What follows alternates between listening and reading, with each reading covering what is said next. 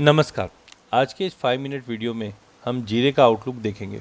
देखिए, जीरे की अगर बात करें तो जीरे का इतिहास तो काफ़ी अच्छा रहा है जो हम जानते हैं। जीरे के अंदर एक जैसे हम कहावत कहते हैं ज़ीरो से हीरो, वैसा हमने जीरे में होते हुए देखा। उदाहरण के तौर पे अगर हम देखें तो जीरे के भाव के अंदर 2021 के अंदर एक लो लगता हुआ दिखता है जब प्राइजेस 12,400 का भाव रहता है। एंड उसी के बाद से हम जीरे में एक नई कहानी देखते हैं जहाँ पे कोविड के बाद से ही हमने एरिया अंडर कल्टीवेशन में काफ़ी भयंकर फॉल आते हुए देखा और रिजल्टेंट हमने देखा कि प्राइजेस के अंदर ऐसी रैली बनी जो प्राइजेस 12,000 वाला जो जीरा था या 13,000 वाला जीरा था वो करीबन 66,000 का लेवल आता हुआ दिखाई दिया। और इतनी बड़ी तेज़ी आज तक के इतिहास में हमने जीरे में कभी नहीं देखी है। अगर मैं मंथली चार्ट पे जाकर पास्ट डेटा भी देखता हूँ तो आप देख सकते हैं अब तक का जो हाईएस्ट लेवल था वो हमने 22,500 का लेवल 2017 में देखा, जिसके बाद आज तक कभी हमने इतनी बड़ी रैली नहीं देखी। और इसके मल्टीपल कारण बने थे जीरे के अंदर कि हम देख सकते हैं कि मल्टीपल कारण में कोविड के बाद से ही हम देख रहे हैं कि ग्लोबल मार्केट में एक्सपोर्ट की डिमांड, डोमेस्टिक मार्केट में टाइमिंग कभी भी जैसे ये कंसर्न्स आता है तो हम देखते हैं गवर्नमेंट का जो ध्यान होता है वो ज़्यादा करके मोटे अनाज की तरफ होता है, ऑयल सीड पे होता है। क्योंकि आपको ये पीरियड के अंदर ध्यान हो तो सोयाबीन, मस्टर्ड, इन सब के भाव में ज़बरदस्त बेतहाशा अच्छी तेज़ी आ गई थी। और कोविड पैंडमिक के समय के बाद गवर्नमेंट ज़्यादा करके कोशिश करती है कि फूड सिक्योरिटी बनी रहे। अब फूड सिक्योरिटी बनती है तो इसका खामियाजा जो उठाना पड़ता है वो माइनर क्रॉप्स को उठाना पड़ता है, जिसके अंदर हमने मसालों में ये रैली आते हुए देखी। लगभग अगर मसालों की अगर बात करें तो हमने रैली हल्दी में भी आते हुए देखी है ऐसा ही कुछ, और जीरे में भी आते हुए देखी है।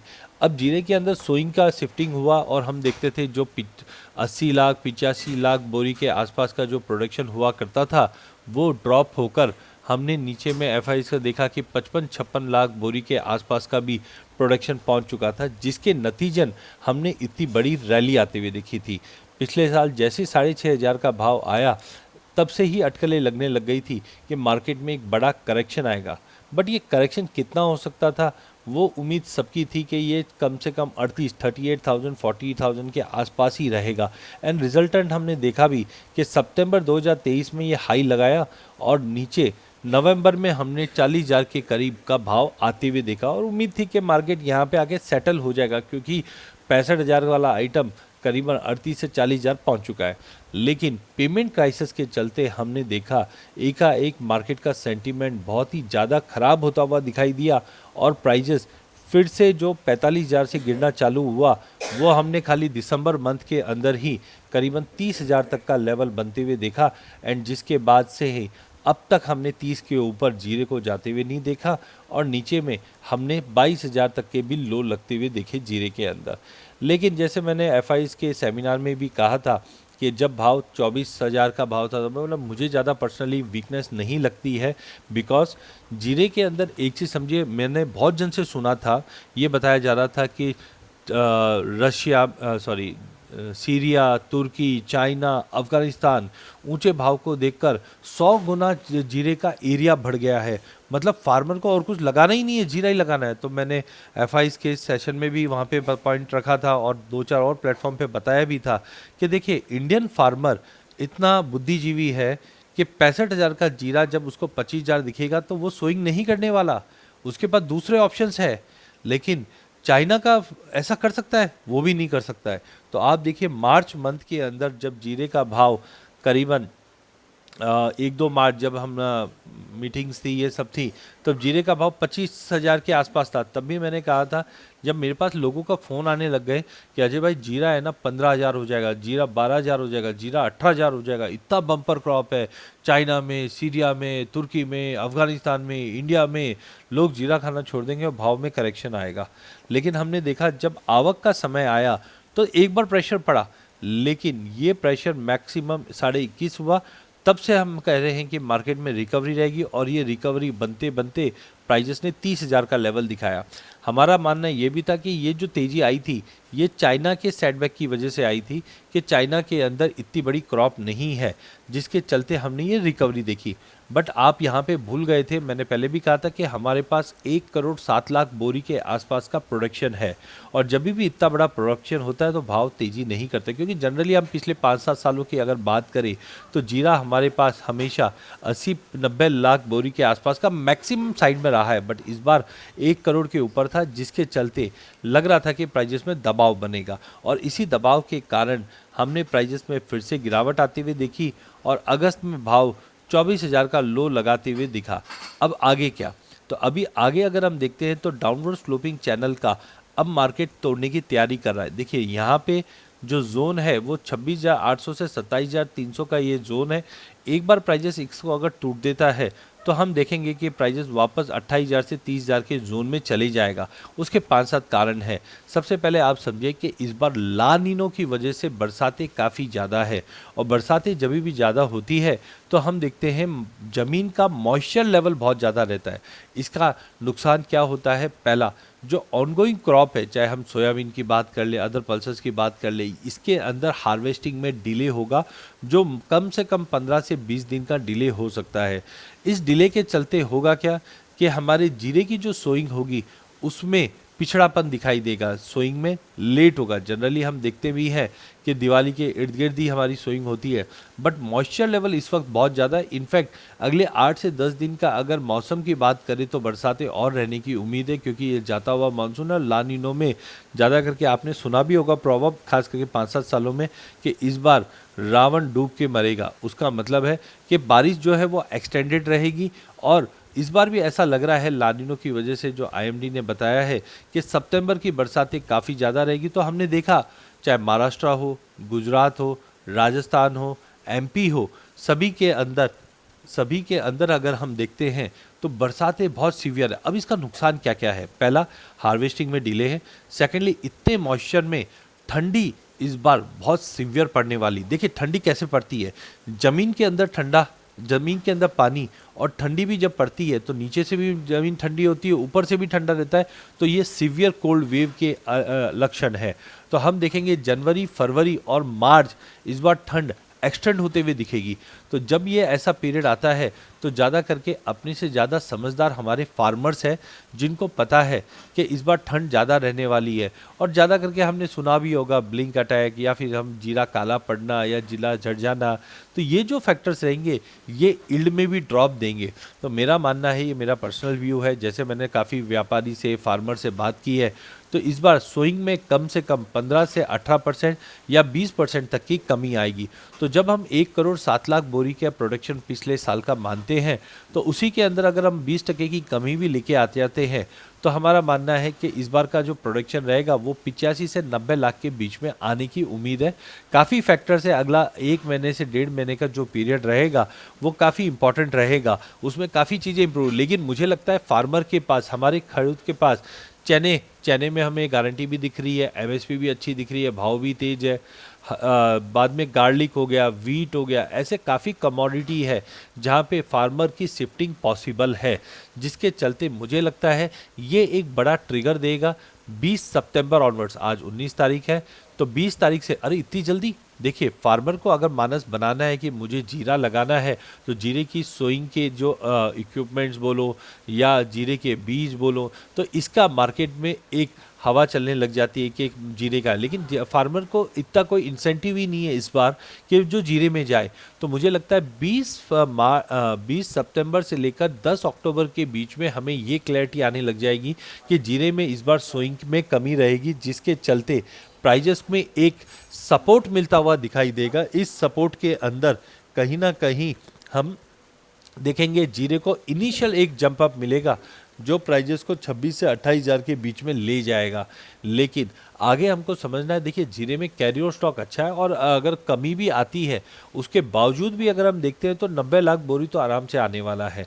तो मुझे लगता है कि देखिए जीरे में तेज़ी बनेगी, लेकिन प्लीज़ ट्राई टू अंडरस्टैंड हमारे पास कैरी पोजीशन बहुत ज़्यादा रहेगा। हाँ, एक्सपोर्ट अच्छे रहने की उम्मीद है, ग्लोबल मार्केट में भी सप्लाई अच्छी है, पर उसके बावजूद एक्सपोर्ट अच्छा इसलिए रहेगा कि रुपए की जो गिरावट है, रुपया 84 के करीब पहुंच चुका है, और आने वाले समय में रुपए में और गिरावट बढ़ सकती है। ठीक है, इंडियन इकोनॉमी बहुत अच्छी है, 5 ट्रिलियन की तरफ हम बढ़ रहे हैं, शेयर बाजार टॉप पे चल रहा है, लेकिन एशियन मार्केट ब्लीड कर रहा है, जिसके चलते रुपया रेंज जो रहेगा 83.50 से लेकर 84.50 है। जब ये रेंज में रहेगा तो एक्सपोर्ट के लिए जीरा हमारा बहुत ही ज़्यादा अट्रैक्टिव बेल्ट पे रहेगा। और हमें लगता है कि जीरे के अंदर कहीं ना कहीं प्राइजेस 28 से 30 हज़ार का लेवल टाइमिंग दिखाता हुआ दिखाई दे सकता है। अब टेक्निकली अगर हम देखते हैं तो सबसे पहले डेली चार्ट के ऊपर अलर्ट्स देखते हैं, तो आरएसआई ने अगस्त मंथ में 30 का लेवल छूने के बाद एक रिकवरी दिखा रहा है और इस वक्त करीबन आरएसआई 55 के आसपास है। तो जनरली हम बोलते हैं 50 के ऊपर आरएसआई बुलिश फेस दिखाता है और ये बुलिश दिखा भी रहा है। वहीं हमारा वॉलेटिलिटी इंडेक्स बता रहा है कि इस वक्त वॉलेटिलिटी नॉर्मल है, लेकिन जैसे ही ये 51-52 से नीचे की तरफ मतलब 40 के करीब आता है तो वॉलेटिलिटी बढ़ जाती है। उदाहरण के तौर पे जुलाई में भी अगर हम देखते हैं तो मार्केट में जो ये गिरावट आई और मोमेंटम था वो ये चॉपी इंडिकेटर नीचे आने की वजह से था। वहीं अगर मैकडी की बात करें तो मैकडी में जो नेगेटिवनेस था वो ख़त्म कब हुआ, अगस्त 22 से हम देखते हैं कि मार्केट न्यूट्रल होना चालू हो चुका था। अभी स्टॉकग्राम ग्रीन में आना चालू है, जिसका मतलब है कि कहीं ना कहीं स्टॉकग्राम ग्रीन में आने का मतलब है कि मार्केट में रिकवरी बन रही है। और आप देखिए, कभी भी देखिए मैकडी अगर जीरो लाइन के नीचे रिवर्सल आ रहा है तो ये शॉर्ट कवरिंग के साइन होते हैं, मतलब जो मंदी का स्ट्रेंथ है वो ख़त्म होते जा रहा है। अब हमें देखना है कि अगर थोड़ा बहुत पुलबैक दिखाकर ये जीरो लाइन के ऊपर की क्रॉसिंग दे दे तो हम एक बड़ी तेज़ी मार्केट के अंदर बनते हुए देखेंगे। तो कुल मिलाकर जीरे के टेक्निकल स्ट्रक्चर स्ट्रांग होते हुए दिखाई दे रहे हैं। वहीं चार्ट पे अगर हम देखें तो डाउनवर्ड स्लोपिंग चैनल और यहाँ पे कंसोलिडेशन जोन चल रहा है। तो एज ऑफ नाउ मुझे लगता है एक बार प्राइस 26,200-300 का लेवल ब्रीच हुआ तो एक टाइमिंग तेज़ी मिलेगी जो 27, 27.5 या 28, 27.5 तक मिलेंगे। और इसका कारण क्या बनेगा, मतलब सोइंग की जैसे ही न्यूज़ अगले 15 दिन में मिलेगी तो हम ये इचिमिको का जो क्लाउड है ना रेड कलर का, इसके बाहर निकल जाएंगे। और इचिमिको का क्लाउड जैसे यहाँ पे भी आप देखिए 2024 के अंदर जैसे हमने इचिमिको क्लाउड के बाहर निकले तो एक तेज़ी बनी ना। तो हम देखते हैं सबसे पहला हमारे लिए हर्डल रहेगा ये इचिमिको का क्लाउड 27,000 के बाहर निकलना। एक बार ये 27,000 के बाहर अगर प्राइजेस निकल जाती है तो हम देखेंगे कि प्राइजेस के अंदर वापस गेन मिलेगा, जो 30 की तरफ जाने की कोशिश करेगा लेकिन 30 तोड़ नहीं पाएगा। कारण क्या है, इमीडिएटली क्योंकि हमारे पास क्रॉप बहुत ज़्यादा है। अगर इसके अंदर बरसातें कमी आती है, बरसात तो हो गया काफ़ी, ठंडी में कुछ झट जाता है या और यील्ड में फॉल आता है तो ही वो 30 को तोड़कर आगे लेके जाएगा। बट करंट लेवल से मुझे लगता है कि 24 के नीचे जीरा नहीं जाएगा और ऊपर में एक बार 26,200 का लेवल टूट जाता है। यहाँ पे देखिए 26,200 का जब मैं लेवल बात कर रहा हूँ तो ये कहाँ पे है, ये इस रेंज में है। एक बार 26,200 का लेवल टूटता है तो 27, 27.5 पे कंसोलिडेट करेगा, क्योंकि यहाँ पे हम देख रहे हैं कि 200 मूविंग एवरेज भी हमारा टिका हुआ है। तो एक बार प्राइजेस ये जोन के बाहर निकला तो एक तेजी करेगा। उस तेजी का कारण क्या बनेगा, इस बार हमारी सोइंग में ज़बरदस्त गिरावट, कम से कम 20% की गिरावट मान के चल रहे हैं, जो 30,000 का लेवल ले जाएगा। और 30,000 के लेवल के बाद मार्केट फिर से करेक्ट करेगा जो 28, 27.5 की लेवल तक लेके आएगा। बट वहाँ से तेजी क्यों बनेगी, मौसम के विकार को लेकर। जनवरी फरवरी में अगर मौसम का विकार बढ़ता है तब प्राइजेस में और तेजी बनेगी। तो कुल मिला के अगर मैं सम अप करता हूं तो बड़ी गिरावट के बाद जीरे में अब स्टेबिलिटी आ गई। एफएमसीजी कंपनी के जो पाइपलाइंस पिछले साल तक खाली थे, क्योंकि ऊंचे भाव में कोई भी एफएमसीजी कंपनी स्टॉक नहीं कर रही थी, और जीरे ने जिस ढंग से 22-23 हज़ार का भाव दिखाया तो स्टॉक हुआ भी है और अभी भी। अच्छा, एक चीज़ और है, रमजान इस बार जल्दी है, रमजान इस बार फरवरी में है। तो आप जो जनवरी के अंदर देखते हो एक्सपोर्ट की डिमांड, वो इस बार दिसंबर में ही आ जाएगी। तो अब हम देखते हैं कि अक्टूबर में एंटर करते हैं तो एफएमसीजी की डिमांड, सोइंग में कमी, ये प्राइजेस को सपोर्ट करेंगे। दिवाली और शादी ब्याह में डोमेस्टिक डिमांड बहुत ज़्यादा सीवियरली हाई हो जाएगी। दिसंबर में एक्सपोर्ट की डिमांड अच्छी होगी और जनवरी फरवरी में मौसम का विकार, ये सारे कारण जीरे के लिए पॉजिटिव रहेंगे। लेकिन क्रॉप साइज अच्छी होने की वजह से, कैरियर स्टॉक अच्छा होने की वजह से मार्केट बार बार में हायर लेवल पे करेक्शन देता हुआ दिखाई देगा। बट कुल मिला के अगले 4-5 महीने की अगर बात करें तो जीरा एक बेहतरीन कमोडिटी रहेगी। सपने मत देखना कि प्राइजेस वापस 50,000, 60,000 हो जाएंगे, क्योंकि क्रॉप बहुत अच्छी है। एज ऑफ नाउ हम मान के चलते हैं कि 30,000 का लेवल आप मान के चलो, 30-32,000, जिसके अंदर एफएमसीजी की बाइंग स्ट्रांग रहेगी, एक्सपोर्ट डिमांड स्ट्रांग रहेगी। रुपए की गिरावट एक्सपोर्ट डिमांड को स्ट्रांग रखेगा। रमजान इस बार जल्दी है, साथ में मौसम का विकार, ये सारे कारण रहेंगे जो जीरे को सपोर्ट करते हुए दिखाई देंगे। देंगे। ऐसी अच्छी जानकारी के लिए आप हमारे चैनल को जरूर सब्सक्राइब कीजिए। इस चैनल पर हम अब तक इक्विटी, कमोडिटी, करेंसी के अपडेट्स लाते रहेंगे। वीडियो को शेयर कीजिए और इनकेस अगर और कोई कमोडिटी आपको समझनी है इन डिटेल में तो नीचे कमेंट पे मेरे नाम के साथ टैग करके आप डालिए। मैं डेफिनेटली ये अपडेट लाता रहूँगा। धन्यवाद।